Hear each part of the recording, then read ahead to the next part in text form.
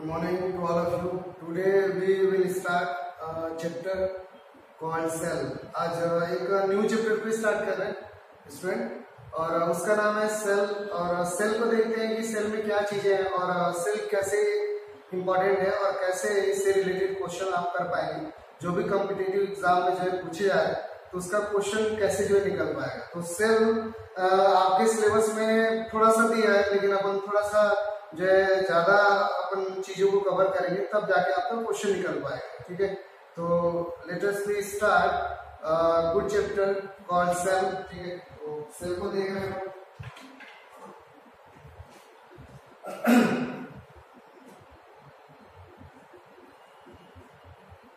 Cell एक अच्छा सा चैप्टर है, ठीक है, और सिंपल सा चैप्टर है। ऑलमोस्ट आप कुछ ना कुछ चीजें सेल के बारे में पढ़ते हो, जानते भी हो। ठीक है, तो यहाँ से देखते हैं सेल के बारे में। तो सेल को अगर डिफाइन करना है तो कैसे आप डिफाइन करेंगे सेल? अगर कोई पूछ दिया what is means of cell तो आप क्या बोलेंगे?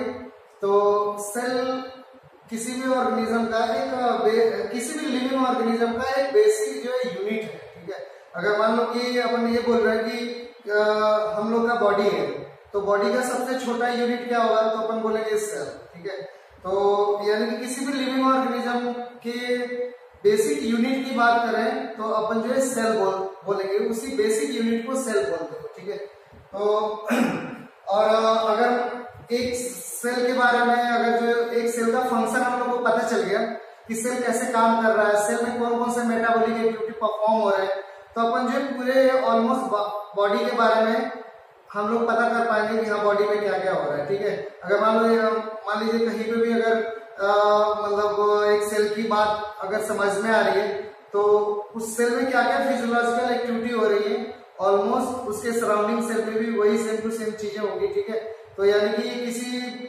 ऑर्गेनिज्म के बारे में स्टडी करने का मीन्स होता है कि एक सेल के बारे में अगर स्टडी कर रहे हैं तो वही होल ऑर्गेनिज्म के बारे में स्टडी करने का मतलब होगा। ठीक है, तो इसीलिए अपन सेल को बोलते हो it is a basic structural and functional unit of life. मतलब किसी भी ऑर्गेनिज्म का सबसे छोटा जो यूनिट है ना, उसको अपन जो है सेल बोलते हो। ठीक है, जैसे टाइम का अपन जो यूनिट ले रहे हैं तो अपन बोल रहे सेकेंड। ठीक है, जो कि टाइम के दूसरे भी यूनिट हो सकते हैं, जैसे millisecond, microsecond, nanosecond, लेकिन सबसे मतलब प्रॉपर वे में जो यूनिट अपन बोल रहे हो सेकेंड बोल रहे हो। ठीक है, इसी तरीके कई सारे जो यूनिट होते हैं। उसी तरीके से लिविंग ऑर्गेनिज्म के केस में अपन बोल रहे हो कि लिविंग ऑर्गेनिज्म का यूनिट क्या हुआ, तो अपन बोलेंगे सेल एक लिविंग ऑर्गेनिज्म की बेसिक यूनिट है। तो अपन सेल के बारे में थोड़ा डिफिनेशन लिख रहे हैं। इट इज स्ट्रक्चरल, लिखेंगे आप भी, it is structural and functional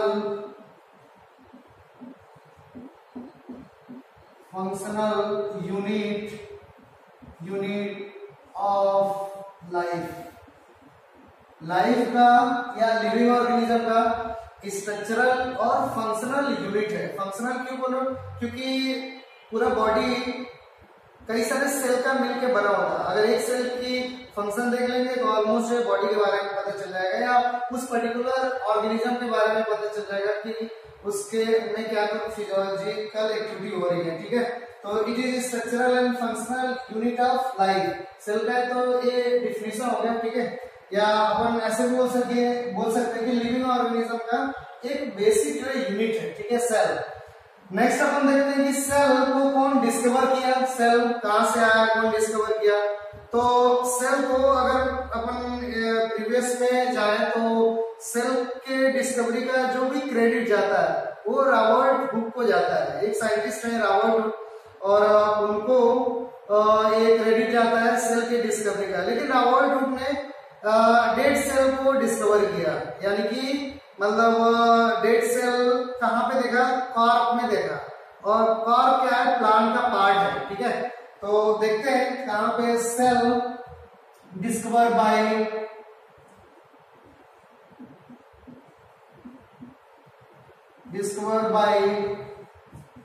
Robert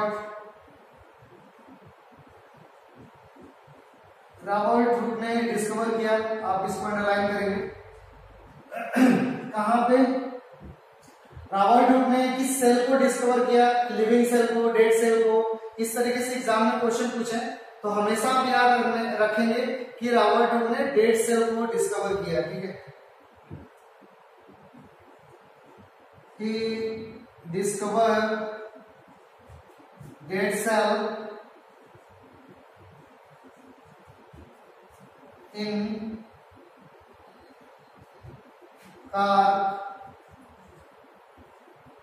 car के प्लांट का पार्ट है। ठीक है, और रियल में बार्क का पार्ट है कार, और कार को फेलन भी बोलते हैं। अपन बड़े क्लास में जाएंगे तो वहां पे देखेंगे कि कार का मतलब क्या है, कहाँ पे मिल रहा है।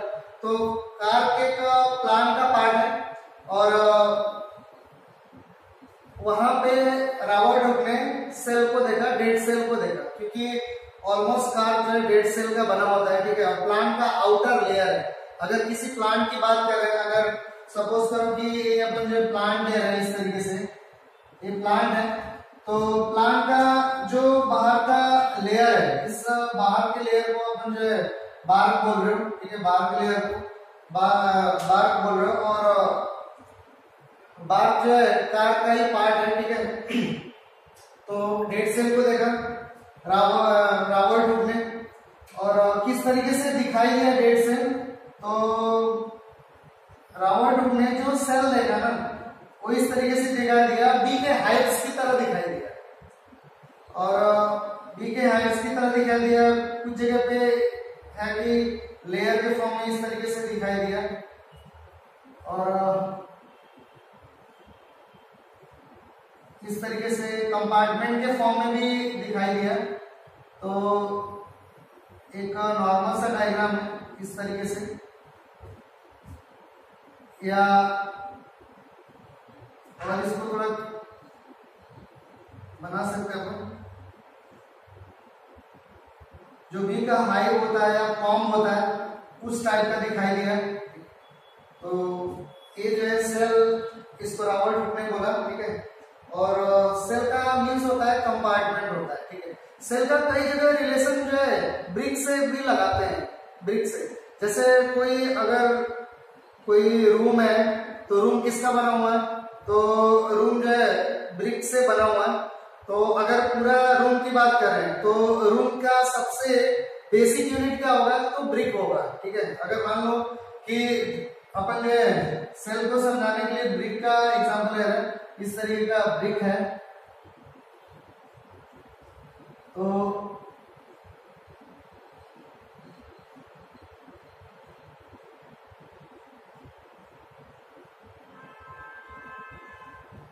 इस तरीके का है। अगर इसको अपन जो ब्रिक बोल रहे हो,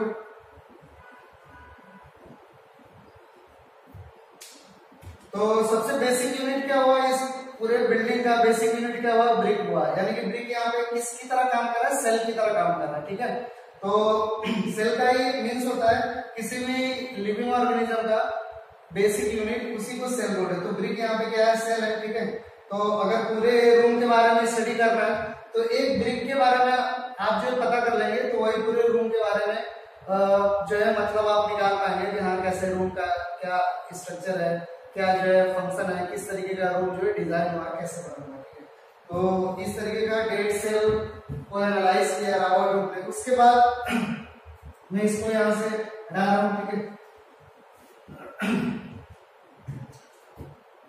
उसके बाद जो है डेड सेल के बाद दूसरे साइंटिस्ट आए, एंटोनी वॉन ल्यूवेनहॉफ। एक दूसरे साइंटिस्ट है जिसको फादर ऑफ माइक्रोबायोलॉजी भी बोलते हैं। ठीक है, एंटोनी वॉन ल्यूवेनहॉफ, यहाँ पे आप मुझे मेंशन कर रहे हैं, आप इसको लिखते रहेंगे।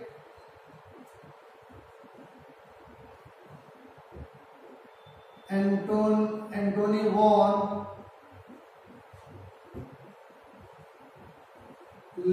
ल्यूवेनहॉफ, एंटोनी वॉन ल्यूवेनहॉफ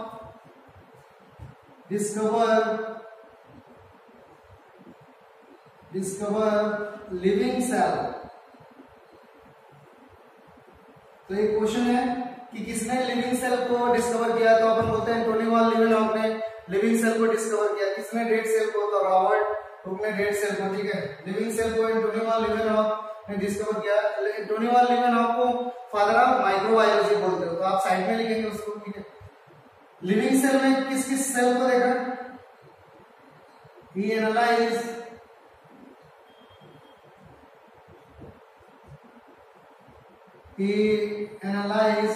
किस सेल को देखा?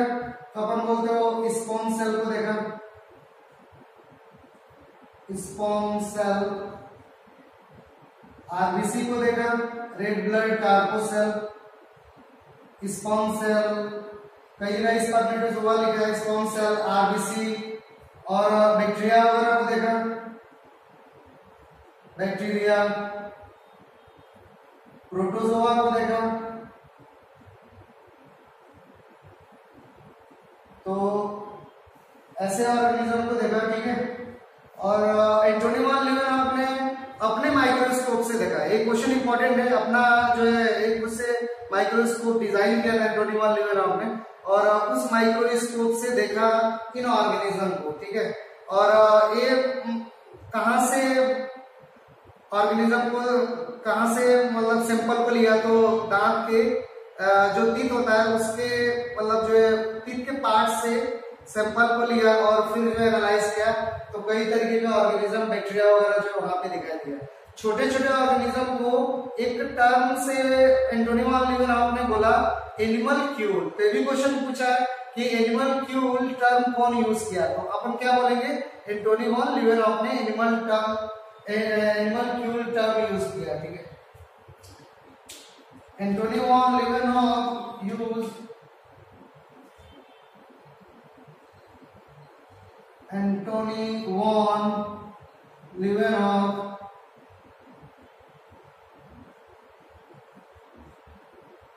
used term animalcule। क्वेश्चन बार बार पूछा है ओलंपियाड वगैरह में, एनिमलक्यूल टर्म यूज किया। एनिमलक्यूल का मीन्स होता है small organism, small microscopic organism, small microscopic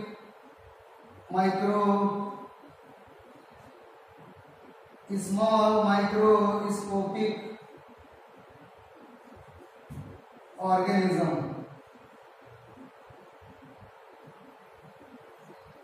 this collectively called animalcule, ठीक है। तो एनिमलक्यूल एंटोनी वॉन लीवेनहॉक ने नाम दिया, और इसका मीन्स होता है स्मॉल माइक्रोस्कोपिक ऑर्गेनिज्म। जो ऑर्गेनिज्म जो है माइक्रोस्कोप से दिखाई देते, तो उनके लिए एक टर्म, पर्टिकुलर टर्म यूज कर दिया एनिमलक्यूल, ठीक है। और अपने माइक्रोस्कोप से खुद इस सेल को देखा, ठीक है। और क्वेश्चन में कौन कौन से सेल को देखा? तो स्पर्म सेल, आरबीसी और प्रोटोजोआ और बैक्टीरिया वगैरह को देखा, ठीक है। तो ये थोड़ा सा थियरी था इसमें, सेल से रिलेटेड, आप जो यहाँ से समझ पा रहे हैं। उसके बाद इसके बाद ये तो डिस्कवरी हो गई। इसके बाद एक और दूसरा कंडीशन क्रिएट हुआ यहाँ पे, सेल थियरी के बारे में बात चलने लगी, ठीक है। सेल थियरी की मतलब एक सेल से कैसे दूसरा सेल जो है फॉर्म होता है, और सेल से निकलने वाले प्रोडक्ट जो केमिकल निकल रहा है उसका मतलब क्या होता है। तो इन्हीं सब को दूसरे साइंटिस्ट मिलके एक थियरी बना के प्लेस किए, और उस थियरी को बोलते हो सेल थियरी, ठीक है। तो सेल थियरी को थोड़ा फोकस करते हैं, क्योंकि सेल थियरी से भी क्वेश्चन आया। फिर जो है सेल को अपन जो है नंबर के बेस पे डिवाइड करेंगे, और सेल को कॉम्प्लेक्सिटी के बेस पे डिवाइड करेंगे, ठीक है। और आपके सिलेबस में जो भी है यूकैरियोटिक सेल को ही ज्यादा फोकस किया, लेकिन जो कंपटीशन का एग्जाम है, जो कॉम्पिटिटिव एग्जाम है, उसमें जो प्रोकैरियोटिक सेल से भी क्वेश्चन जो आएंगे, तो अपन प्रोकैरियोटिक सेल को भी यहाँ पे डिस्कस करेंगे, ताकि आपका क्वेश्चन जो निकल जाए, ठीक है। तो अपन देखते हैं सेल थियरी के बारे में थोड़ा सा।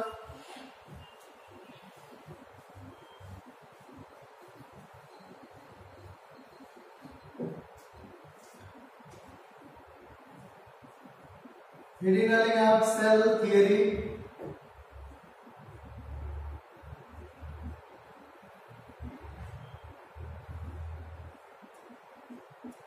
सेल थियरी कौन दिया? सेल थियरी गिवन बाय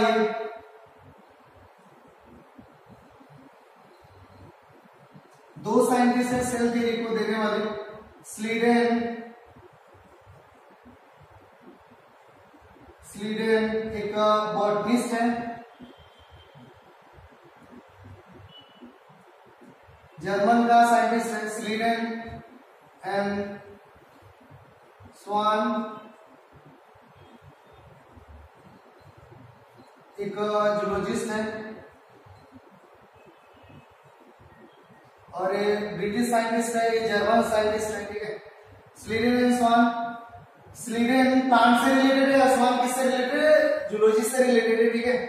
और स्लीडेन एंड स्वान ने सेल थ्योरी प्रोवाइड किया, और इनका सेल थ्योरी का जो पॉइंट था, सेल थ्योरी स्लीडेन एंड स्वान का क्या बोल रहा था, तो इसमें पॉइंट था कि हर एक ऑर्गेनिज्म सेल के बने हुए हैं और उसके सेल से निकलने वाले प्रोडक्ट का बना हुआ, ठीक है। तो यहाँ पे एक पॉइंट था सेल थ्योरी का कि living organism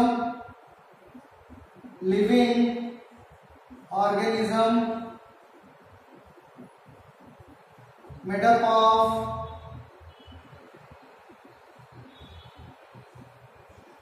of cell and its product।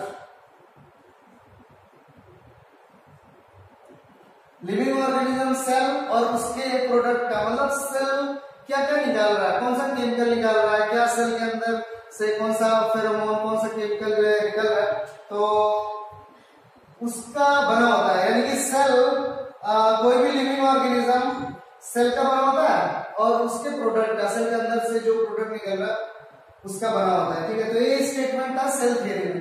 ये डायरेक्ट क्वेश्चन जो पूछता है कि which of the following statement is considered in cell theory, ठीक है। तो आपको स्टेटमेंट याद रखना है। सेल थ्योरी का इतना ही मतलब था कि हर एक ऑर्गेनिज्म जो है सेल का बना हुआ, उसके प्रोडक्ट का बना हुआ, इतना तो क्लियर हुआ। उसके बाद यहाँ पे एक दिक्कत है कि this cell theory not explain how new cell is form. ये सेल थ्योरी ये नहीं बता पाया कि कैसे न्यू सेल डेवलप होते हैं या न्यू सेल ओरिजिनेट होते हैं, ये सेल थ्योरी ये नहीं बता पाया। तो जो स्लीडेन एंड स्वान का सेल थ्योरी था ना, थोड़ा सा मतलब मॉडिफाइड हुआ, यानी कि थोड़ा सा उसका ड्रॉबैक रहा कि this cell theory can not explain how new cell is form.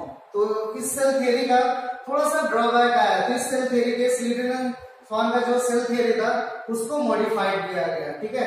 तो मॉडिफाइड सेल थ्योरी जो है प्रोवाइड किया गया।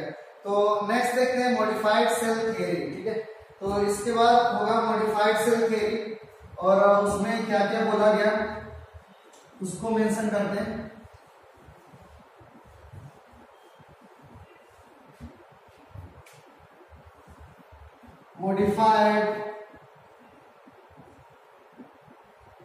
modified cell theory given by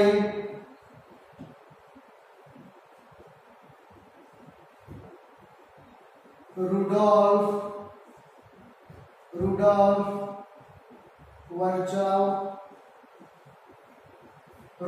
वर्चाव ने मॉडिफाइड सेल थ्योरी दिया, ठीक है। और मॉडिफाइड सेल थ्योरी रुडोल्फ वर्चाव ने दिया। इसमें क्या बोला गया, और इस मॉडिफाइड सेल थ्योरी का दूसरा भी नाम है सेल डॉक्ट्राइन, ठीक है। इस सेल थ्योरी का दूसरा भी नाम दिया गया, इसको बोला गया सेल डॉक्ट्राइन। तो रुडोल्फ वर्चाव का मॉडिफाइड सेल थ्योरी था, और इसमें क्या, इस सेल थ्योरी में क्या क्या पॉइंट मेंशन हुआ। तो पहला पॉइंट तो सेम टू सेम था कि all living organism made up of cell and its product. तो वही पहला पॉइंट अपन लिख रहे हैं, लिविंग ऑर्गेनिज्म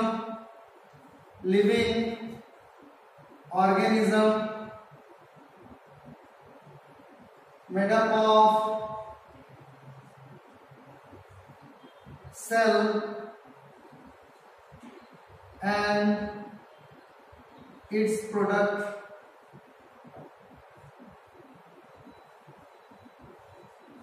ये हो गया। नेक्स्ट सेल थ्योरी का स्टेटमेंट क्या था कि new cell originate from pre existing cell, यानी कि जो भी न्यू सेल डेवलप हो रहा है, पैदा हो रहा है, वो अपने पहले वाले सेल से डेवलप हुआ, ठीक है। तो अपन लिख रहे हैं यहाँ पे न्यू सेल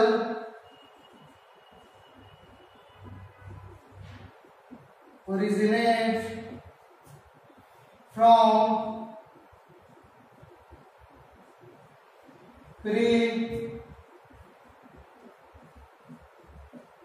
pre-existing cell। एक आप याद रखना, प्री एग्जिस्टिंग का मीन्स होता है कि पुराने वाले सेल से न्यू सेल डेवलप होता है, ठीक है। तो यहाँ पे क्लियर कट इस सेल थ्योरी में बताया है कि जो भी न्यू सेल फॉर्म होता है पुराने वाले सेल से डेवलप होता है, ठीक है। तो यही अपन पॉइंट लिखे, new cell originate from pre existing cell, जो पहले से सेल था उसी से न्यू सेल डेवलप होता है। प्री एग्जिस्टिंग सेल को अपन लैटिन लैंग्वेज में अगर बोलना है तो अपन क्या लिखेंगे, तो एक टर्म यहाँ पे यूज होता है ओमनी सेलुलर ई सेलुलर। एक लैटिन लैंग्वेज है ओमनी सेलुलर ई सेलुलर, ठीक है। इसका भी सेम टू सेम यही मीन्स होता है कि प्री एग्जिस्टिंग सेल, ठीक है। तो आप यहाँ पे भी कई बार ओमनी सेलुलर ई सेलुलर देकर के पूछ देता है उसका मीन्स क्या हुआ, ठीक है।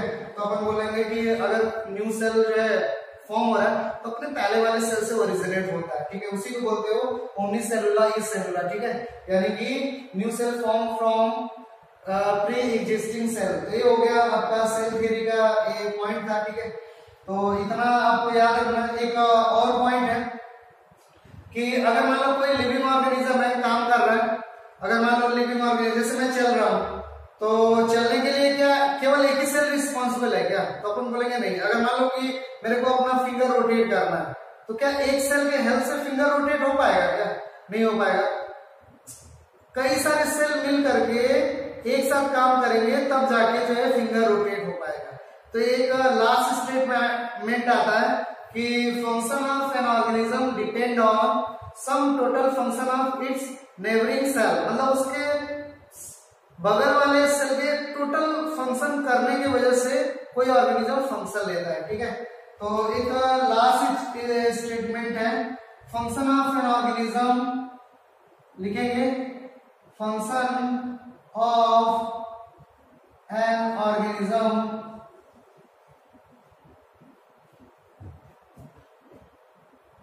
Depend on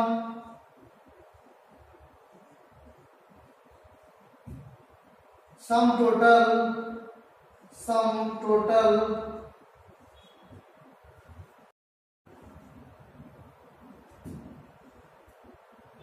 its neighboring cell,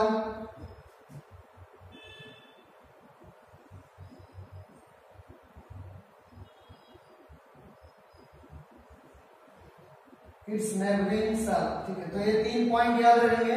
कौन कौन सा कि सेल, पहला पॉइंट क्या है, living organism made up of cell and its product, पहला पॉइंट हो गया। दूसरा पॉइंट क्या याद रखेंगे, new cell originate from pre existing cell या ओमनी सेलुलर ई सेलुलर बोल रहे हैं। लास्ट पॉइंट क्या हुआ, function of an organism depend on sum total function of its neighbouring cell, उसके बगल वाले सेल के टोटल फंक्शन के ऊपर डिपेंड रहता है कि ऑर्गेनिज्म जो है मूव करेगा नहीं करेगा, ठीक है। तो उसकी फंक्शनिंग नेबरिंग सेल पे डिपेंड करता है। तो ये सेल थ्योरी का थोड़ा सा जो है पॉइंट था, आप जो है इसको माइंड में रखेंगे कि कौन कौन सा सेल थ्योरी में पॉइंट है। और ये मॉडिफाइड सेल थ्योरी है और नॉर्मल सेल थ्योरी आप पहले देख चुके हैं, ठीक है। तो यहाँ से क्वेश्चन आएगा तो आप जो आपको करना है। इसके बाद सेल थ्योरी का कौन सा एक्सेप्शन है, ठीक है। कौन सा ऑर्गेनिज्म सेल थ्योरी फॉलो नहीं करता है, कौन सा ऑर्गेनिज्म मतलब जो ये स्टेटमेंट को फॉलो नहीं कर रहा है, वो एक्सेप्शन में अपन उनको कंसीडर करेंगे, उनमें ये चीजें नहीं मिल रहा है। तो नेक्स्ट पॉइंट लिखेंगे एक्सेप्शन ऑफ सेल थ्योरी, ठीक है। और कहां पे सेल थ्योरी का एक्सेप्शन मिलता है तो देख लेते हैं।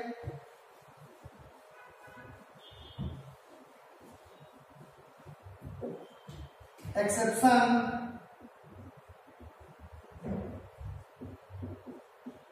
of cell theory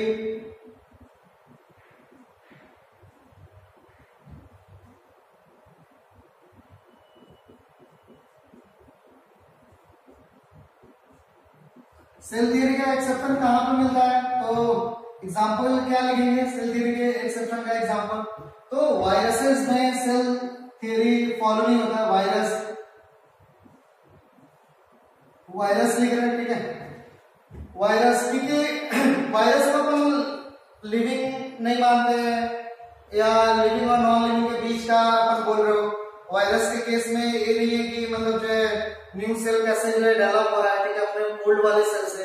ये सब वायरस के केस में ऐसा नहीं होता है, ठीक है, कि वायरस अपने पुराने वाले सेल से न्यू सेल बना ले। तो इसीलिए वायरस सेल थियरी को फॉलो नहीं करता है। और क्या? आरबीसी, रेड ब्लड कार्पोसेल, आरबीसी वगैरह सेल थियरी को फॉलो नहीं करते हैं। और प्लांट में कुछ सेल है जैसे सीड ट्यूब के सेल, प्लांट अपन जो पढ़ेंगे तो वहां पे डिस्कस करेंगे। सीड ट्यूब सेल यानी कि सीड लाइक सेल होते हैं जो डिवाइड नहीं करते हैं। आरबीसी भी डिवाइड नहीं करते हैं, इसीलिए अगर डिवाइड नहीं करेगा तो इससे न्यू सेल डेवलप नहीं हो पाएगा। इसीलिए आरबीसी को अपन किस में कंसीडर कर रहे हैं? एक्सेप्शन में। ये आरबीसी ऐसा मतलब कार्पोसेल है या ऐसा सेल है जो सेल थियरी को फॉलो नहीं करता, क्योंकि आरबीसी डिवाइड ही नहीं होते। एक बार आरबीसी बना, मतलब आरबीसी कहां से बनता है तो आप समझ पा रहे हो, बोन मैरो वगैरह से, जहां पे ज्वाइंट वगैरह है तो यहाँ से आरबीसी बनता है। एक बार आरबीसी बना और वो 120 डेज में घूमते घूमते स्प्लीन में जाके, वो 120 डेज के बाद स्प्लीन में जाके डिस्ट्रॉय हो जाता है। यानी कि एक आरबीसी से न्यू आरबीसी नहीं पैदा होता है या डेवलप होता है, ठीक है। तो इसलिए अपन बोलोगे कि आरबीसी सेल थियरी को फॉलो नहीं करता है, क्योंकि आरबीसी एक बार बन गया 120 डेज के बाद उसको स्प्लीन में डिस्ट्रॉय होना ही होना है।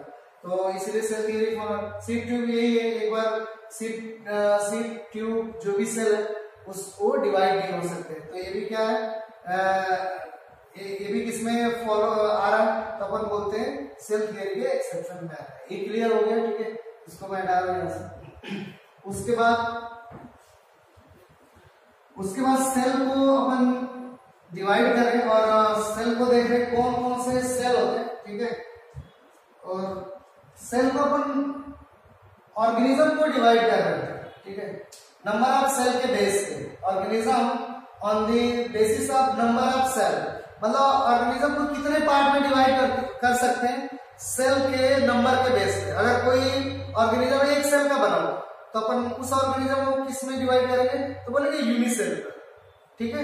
और कुछ ऑर्गेनिज्म कई सेल के बने होते हैं, जैसे एनिमल, प्लांट वगैरह कई सेल के बने होते हैं, तो उनको किस में कंसीडर करेंगे? तब अपन बोलेंगे मल्टी सेलुलर ऑर्गेनिज्म, ठीक है। तो organism on the basis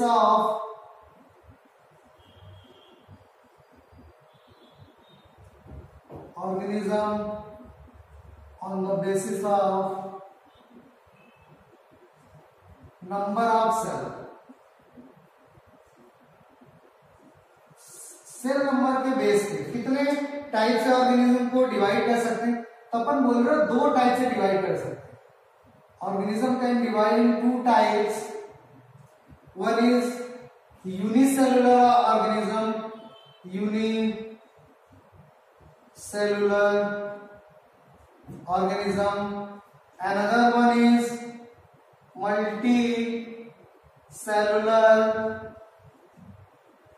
cellular organism। तो यूनिसेलुलर अगर एक सेल का बना हुआ तो यूनिसेलुलर, अगर कई सारे सेल का बना हुआ तो अपन क्या बोले? Multi cellular organism.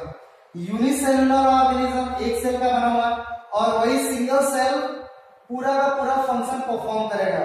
तो यूनिसेलुलर पॉइंट क्या लिखेंगे? One cell perform all the activity of that individual, ठीक है। तो यूनिसेलुलर में क्या लिखेंगे? One cell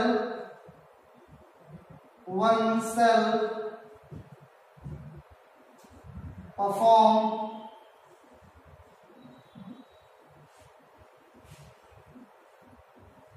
all activity,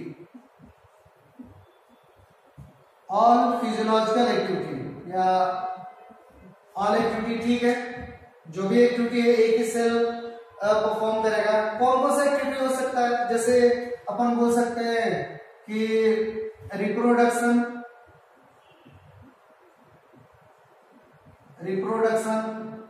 respiration,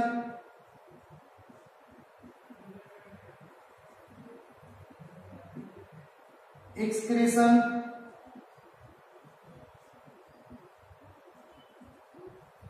digestion,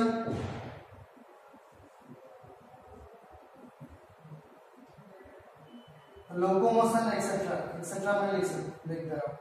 तो हर एक क्योंकि एक ही सेल जो है परफॉर्म करेगा। और क्या एग्जांपल आएगा, तो एग्जांपल में नेक्स्ट एग्जांपल लिखेंगे क्या, तो अमीबा वगैरह आएगा, अमीबा एग्जांपल में बनाएंगे। नेक्स्ट वन पैरामीशियम,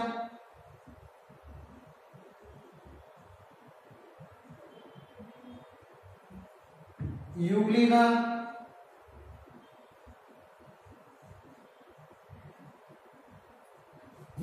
बैक्टीरिया, एक और एग्जांपल लिख लेंगे बैक्टीरिया,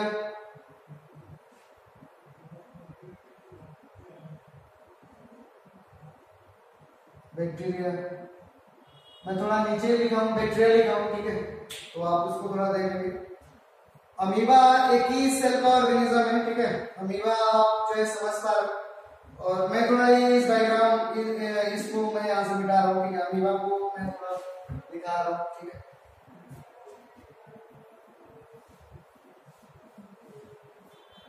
तो अमीबा को आप जो है जानते होंगे, आप डायग्राम बना के रखेंगे अमीबा को। तो इस तरीके का अमीबा का स्ट्रक्चर है, इरेगुलर स्ट्रक्चर है। और ये यहाँ पे अमीबा का खुद का न्यूक्लियस वगैरह है, एक ही सेल है। और यहाँ पे इसका खुद का वैक्यूल वगैरह है, वैक्यूल।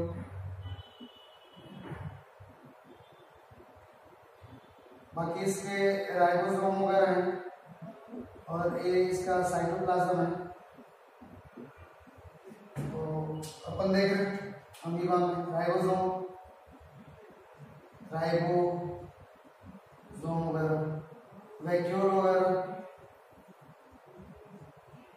न्यूक्लियस वगैरह, ये हो गए। पैरामीशियम को देखना है तो पैरामीशियम को भी अपन बना सकते हैं नॉर्मल सा, क्योंकि अगर डायग्राम है तो आप बता सकते हैं यूनिसेलुलर का मतलब क्या है, एक ही सेल है पूरा का पूरा फंक्शन जो है परफॉर्म कर रहा है। मैं पैरामीशियम को इस तरीके से आप ड्रॉ कर दे रहा हूं, इसका डाइजेस्टिव पार्ट है।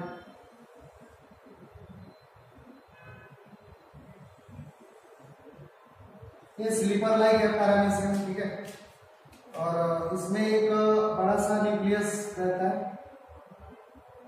और एक छोटा सा न्यूक्लियस रहता है, माइक्रो न्यूक्लियस, मैक्रो न्यूक्लियस, ठीक है। और इस तरीके से सीलिया वगैरह रहते हैं यहाँ पे।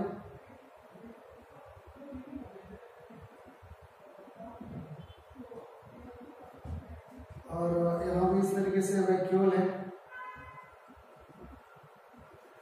और बाकी ये माउथ है, इसका माउथ का पार्ट है। और ये न्यूक्लियस है, मैक्रो न्यूक्लियस, मैक्रो न्यूक्लियस। और this one is micro nucleus, micro nucleus, तो और ये क्या है, तो दिस वन इज वैक्यूल, ठीक है।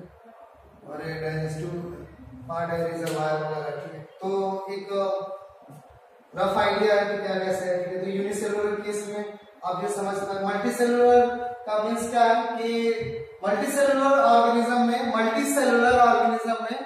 अलग अलग पार्ट अलग अलग फंक्शन जो है परफॉर्म करता है, ठीक है, अलग अलग पार्ट। जैसे अगर मैं बोल रहा हूँ कि आई, तो आई अपना अलग काम कर रहा है। अगर मैं लीवर बोल रहा हूँ तो लीवर अपना अलग काम कर रहा है। लंग्स बोल रहा हूँ तो लंग्स अपना अलग काम कर रहा है। हार्ट बोल रहा हूँ, हार्ट अपना अलग काम कर रहा है। तो कई सारे सेल के ग्रुप्स के मिलने की वजह से कई सारे सेल मिलकर अलग अलग ऑर्गन जो है फॉर्म किए हैं, ठीक है। और कई सारे सेल के मिलने की वजह से इंडिविजुअल डिजाइन हुआ है, तो उसको बोलते हैं मल्टी सेलुलर ऑर्गेनिज्म। कैसा ऑर्गेनिज्म? उस इंडिविजुअल को बोलेंगे मल्टी सेलुलर। ठीक है, तो मल्टी सेलुलर इंडिविजुअल जो भी है उसका एग्जाम्पल क्या लिखेंगे मल्टी सेलुलर एग्जाम का? तो अपन बोलेंगे प्लांट सेल। प्लांट भी आएगा मल्टी सेलुलर में और एनिमल भी आएगा, एनिमल। ठीक है, तो ये आप जो कर लेंगे, ये हो गया organism on the basis of number of cell. समझ में आ गया? ठीक है। उसके बाद सेल को कॉम्प्लेक्सिटी के बेस पे अपन जो है डिवाइड कर रहे हैं कि किस तरीके का है।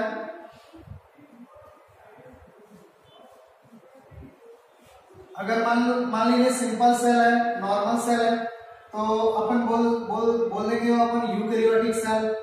और अगर वेल डेवलप्ड सेल है तो अपन बोलेंगे वेल डेवलप्ड सेल है तो अपन बोलेंगे यूकैरियोटिक सेल। और अगर पुअरली डेवलप्ड सेल है तो अपन बोलेंगे प्रोकैरियोटिक सेल। अगर वेल डेवलप्ड है तो अपन बोलेंगे यूकैरियोटिक सेल। ठीक है, तो organism on the basis of complexity, organism on the basis of complexity। Complexity के बेस पे सेल को कितने टाइप से डिवाइड कर सकते हैं? तो अपन बोल सकते हैं दो टाइप से डिवाइड कर सकते हैं। ठीक है, और इस कौन सा टाइप बोल रहे हैं? तो अपन बोल रहे हो प्रोकैरियोटिक ऑर्गेनिज्म या प्रोकैरियोटिक सेल।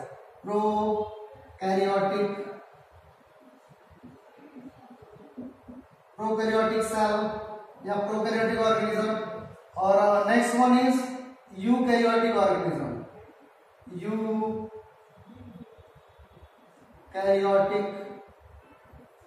ऑर्गेनिज्म।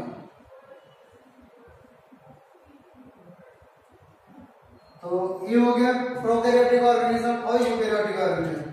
इसको कई जगह न्यूक्लियर मेम्ब्रेन के बेस पे भी डिवाइड मतलब किया गया कई जगह पे कि अगर न्यूक्लियर मेम्ब्रेन नहीं है तो प्रोकैरियोटिक सेल बोल रहे हैं, अगर वेल डेवलप्ड न्यूक्लियर मेम्ब्रेन है तो बोलेंगे यूकैरियोटिक सेल। ठीक है, तो कॉम्प्लेक्सिटी के बेस पे भी कर सकते हैं और इसको दूसरे वे में भी बोल सकते हैं कि on the basis of presence and absence of nuclear membrane. ठीक है, तो ये कॉम्प्लेक्सिटी के बेस पे अपन यहाँ पे देख रहे हैं। प्रोकैरियोटिक सेल का एग्जांपल क्या क्या आएगा?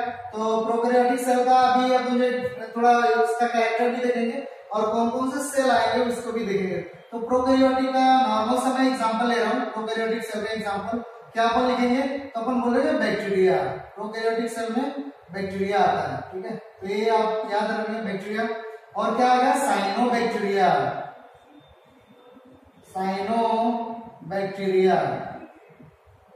साइनोबैक्टीरिया का दूसरा नाम क्या बोल रहे हो? तो बोलो ब्लू ग्रीन एल्गी, BGA। और क्या आएगा? तो अपन बोल रहे हो माइकोप्लाज्मा। एक माइक्रोस्कोपिक ऑर्गेनिज्म है माइकोप्लाज्मा। तो रिकेट्सिया, क्लेमाइडिया और कई सारे ऑर्गेनिज्म जो है आते हैं। ठीक है, लेकिन अपन जो आपके लेवल पे है या जिससे एग्जाम में क्वेश्चन ज्यादा आते हैं वही अपन यहाँ पे मेंशन किए, बैक्टीरिया, साइनोबैक्टीरिया और माइकोप्लाज्मा। बैक्टीरिया को भी फर्दर दो टाइप से डिवाइड कर सकते हैं। एक मतलब एडवांस बैक्टीरिया रहती है जैसे आर्कीबैक्टीरिया, और एक नॉर्मल बैक्टीरिया जो हम लोग के बॉडी पे रहती है। ठीक है, और या सॉइल वगैरह में रहती है। तो अपन बैक्टीरिया को देख रहे हैं, साइनोबैक्टीरिया को, माइकोप्लाज्मा, इन लोगों को थोड़ा थोड़ा देखेंगे और उसके बाद यूकैरियोटिक को थोड़ा सा देखेंगे। ठीक है, तो यूकैरियोटिक जो ऑर्गेनिज्म है वो कितने टाइप से यूकैरियोटिक ऑर्गेनिज्म में किसको अपन जो है डिस्कस करेंगे? तो अपन बोलेंगे प्लांट को, यानी कि प्लांट सेल को। इसमें क्या आएंगे? प्लांट। और दूसरा क्या अपन डिस्कस करेंगे? तो अपन बोलेंगे एनिमल को डिस्कस करेंगे, यानी कि एनिमल सेल को डिस्कस करेंगे। ठीक है, प्लांट सेल का मीन्स क्या होता है कि इस तरीके का एक डायग्राम में यहाँ पे दे रहा हूँ और इस तरीके का एक जो है डायग्राम आएगा जिसमें क्या होगा? सेल वॉल होगा। तो आप समझ जाएंगे क्या है? प्लांट सेल है, सेल वॉल। ठीक है, तो और न्यूक्लियस क्या होगा? तो यहाँ पे होगा, एक साइड में होगा क्योंकि यहाँ पे बड़ा सा क्या है? वैक्यूल। तो ये न्यूक्लियस है और ये क्या मैं लिख रहा हूँ, तो अपन बोलो वैक्यूल। ठीक है, तो ये प्लांट सेल का एक रफ आइडिया। और एक ये एनिमल सेल है। ठीक है, तो एनिमल सेल का न्यूक्लियस सेंटर में रहता है और इस तरीके से कंडीशन है। ठीक है, और ये वगैरह अपन डिस्कस करेंगे। और ये माइटोकॉन्ड्रिया वगैरह है। ठीक है, माइटोकॉन्ड्रिया और ये साइटोप्लाज्म वगैरह। तो न्यूक्लियस या माइटोकॉन्ड्रिया और कई सारे सेल ऑर्गेनेल्स रहते हैं। यहाँ पे बस एक रफ डायग्राम में बना रहा हूँ, अपन बाद में क्लियर डायग्राम बनाएंगे। ठीक है, एक माइंड में दोनों के बीच में डिफरेंस पता होना चाहिए। ठीक है, आपको देख के क्या कैसा है तो आप समझ पा रहे हो। तो इसको सबसे पहले अपन हेडिंग में क्या डालेंगे, प्रोकैरियोटिक सेल। तो प्रोकैरियोटिक सेल को डिस्कस करेंगे। मैं इसको हटा दूंगा।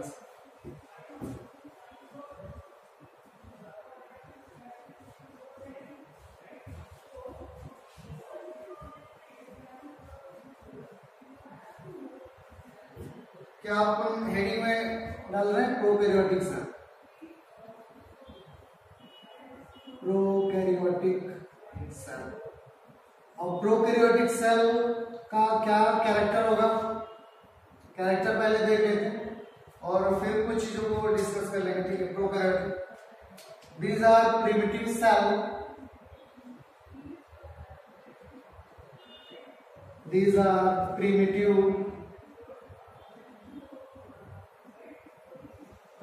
Cell.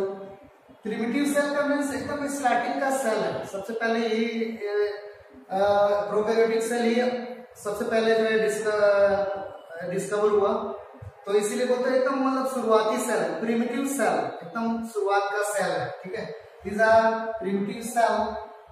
Nucleus is absent, nuclear membrane is absent. तो न्यूक्लियस के तरीके का कोई स्ट्रक्चर नहीं रहता, न्यूक्लियर मेम्ब्रेन नहीं है, तो न्यूक्लियर लाइक कोई कंडीशन जो है प्रोकैरियोट में नहीं होता। न्यूक्लियर लिखेंगे point, nuclear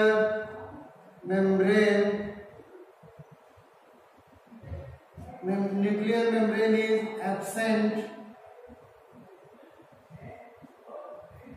condition is called, अगर कहीं पे न्यूक्लियर मेम्ब्रेन नहीं है तो उस कंडीशन को क्या बोलेंगे, nuclear membrane is absent called nucleoid. ये क्वेश्चन पूछा है, न्यूक्लियोइड, या इसी को अपन बोलते हैं इंसिपिएंट न्यूक्लियस, इंसिपिएंट न्यूक्लियस।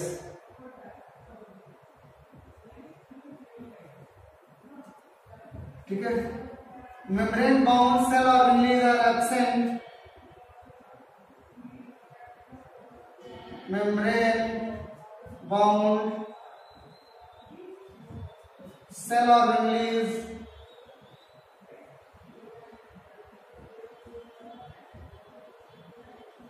are absent,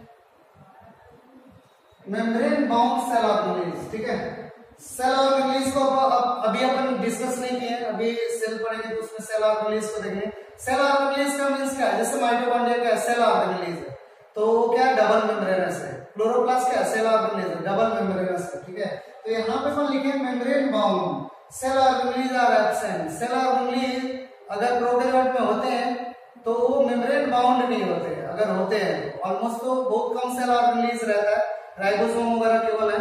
अगर सेल ऑर्गेनेल्स है भी तब उसके ऊपर मेम्ब्रेन नहीं रहता है, तो इसीलिए अपन लिख रहे हैं membrane bound cell organelles are absent. ठीक है, नेक्स्ट अपन लिखेंगे they are autotroph, they are autotrophs हो सकते हैं, खुद से खाना बना सकते हैं।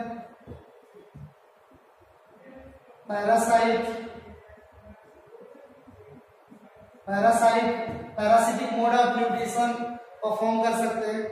दे आर ऑटोट्रॉप, पैरासाइट और सेप्रोफाइटिक।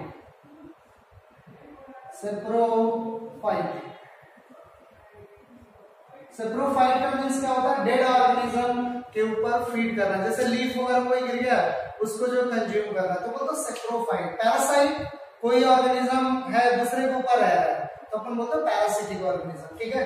ऑटोट्रॉफ जो अपना खाना सनलाइट के वजह से बना रहा है, सनलाइट को लेकर खुद अपना खाना बना पा रहा है, तो बोलते हैं ऑटोट्रॉफ, ठीक है। ऑटोट्रॉफ हो गए, पैरासाइट हो गए, और सेप्रोफाइटिक डेड ऑर्गेनिक मैटर, कोई इंडिविजुअल मर गया एनिमल, उसके ऊपर उससे अपना फूड ले रहा है, या लीफ गिर गया उसको डिकम्पोज करके अपना फूड मटेरियल ले रहा है या एनर्जी ऑब्टेन कर रहा है, तो उस ऑर्गेनिज्म को बोलेंगे सेप्रोफाइट, ठीक है। तो ये हो गया प्रोकैरियोट। और क्या पॉइंट हो सकता है, तो अपन लिखेंगे क्या रहता है, 70s ribosome is present, 70s ribosome. Ribosome एक सेल ऑर्गेनेज है, अभी डिस्कस नहीं किया अपन, लेकिन पॉइंट में लिख रहे हैं यहाँ पे 70s ribosome is present. Ribosome 70s type का होता है, आगे अपन इसको डिस्कस करेंगे, ठीक है। नेक्स्ट सेल वॉल किसका बना होता है, सेल वॉल, कुछ इंडिविजुअल में सेल वॉल नहीं होता लेकिन अगर प्रेजेंट है तो किसका बना होगा, cell wall made up of